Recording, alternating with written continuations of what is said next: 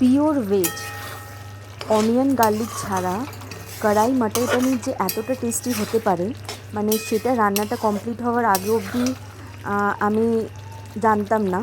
তার কারণ আমি মানে আপনারা যদি পুরো ভিডিওটা দেখেন তাহলে বুঝতে পারবেন এই রেসিপিতে আমি অতিরিক্ত কোনো মশলা ইউজ করিনি। খুবই সাধারণ ঘরে থাকা উপকরণ দিয়ে আর খুবই কম মশলা দিয়ে আমি রেসিপিটা বানিয়েছি। তাতে যে মানে এত টেস্টি হবে এই কড়াই মটর পনির, সেটা রান্নাটা হয়ে যাবার পর টেস্ট করার পর আমি মানে বিলিভ করতে পারলাম। তো রেসিপিটা এতটাই টেস্টি হয়েছে, আপনাদের সাথে আমি শেয়ার করলাম যাতে খুবই সাধারণ মশলা দিয়েও আমরা এত ভালো টেস্টি রেসিপি বানিয়ে নিতে পারি। সেই কারণে আপনাদের সকলের কাছে আমার অনুরোধ রইল রেসিপিটা পুরোটা দেখার জন্য।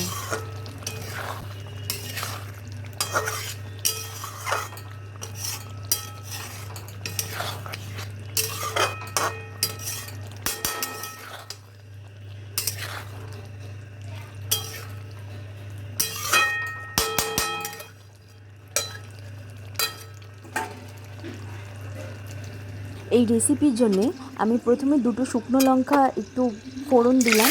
তারপর আমি এর মধ্যে কড়াইশুঁটিগুলো দিয়ে দেবো।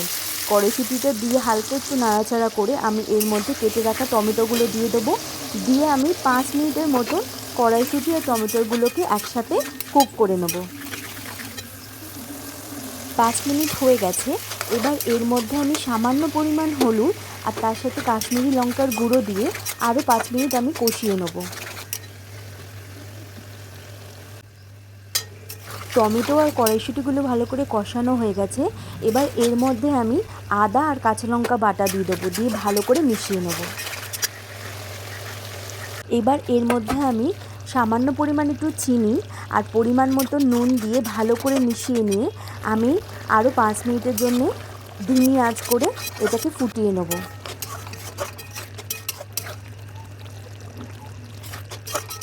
গ্রেভিটা পুরোপুরিভাবে রেডি হয়ে গেছে। এবার এর মধ্যে কেটে রাখা পনিরের টুকরো দিয়ে ভালো করে মিশিয়ে নিয়ে আমি আরও 2 থেকে 3 মিনিটের জন্য গ্রেভির সাথে এই পনিরটাকে ফুটিয়ে নেব।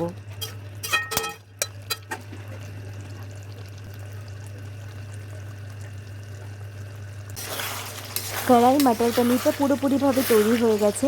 দেখলেন আপনারা, আমি খুবই সামান্য পরিমাণ মশলা ইউজ করেছি, তাতেই যে এত অসাধারণ মানে রসুন পেঁয়াজ ছাড়া পুরো পিওর ভেজ নিরামিষ কড়াই মটর পনির এত টেস্টি হতে পারে। আপনারা ঘরে আপনাদের সকলের কাছে আমার অনুরোধ রইল এইভাবে ঘরে একবার যদি ট্রাই করেন আপনারা নিজেরাই বুঝতে পারবেন যে সামান্য মশলা দিয়েও আমরা এত সুন্দর রান্না করে নিতে পারি। সব শেষে আমি এর ওপর থেকে ঘি ছড়িয়ে দিলাম আর গুঁড়ো গরম মশলা ছড়িয়ে দিয়ে আমি গরম গরম এই কড়াই মটর পনিরটা পরিবেশন করব। রেসিপিটা যদি আপনাদের ভালো লেগেছে বন্ধুরা, প্লিজ একটা লাইক করে নেবেন। আর যারা যারা এখনও পর্যন্ত চ্যানেলটাকে সাবস্ক্রাইব করেননি, এই রকম খুবই সহজ সহজ রেসিপির জন্য, যেগুলো খুবই সহজে আমরা ঘরে থাকা সাধারণ উপকরণ দিয়েই বানিয়ে নিতে পারি এবং একটা সাধারণ রেসিপিকে আমরা অসাধারণ করে তুলতে পারি, তো এই রকম দারুণ দারুণ রেসিপির জন্যে প্লিজ চ্যানেলটাকে সাবস্ক্রাইব করে নিন।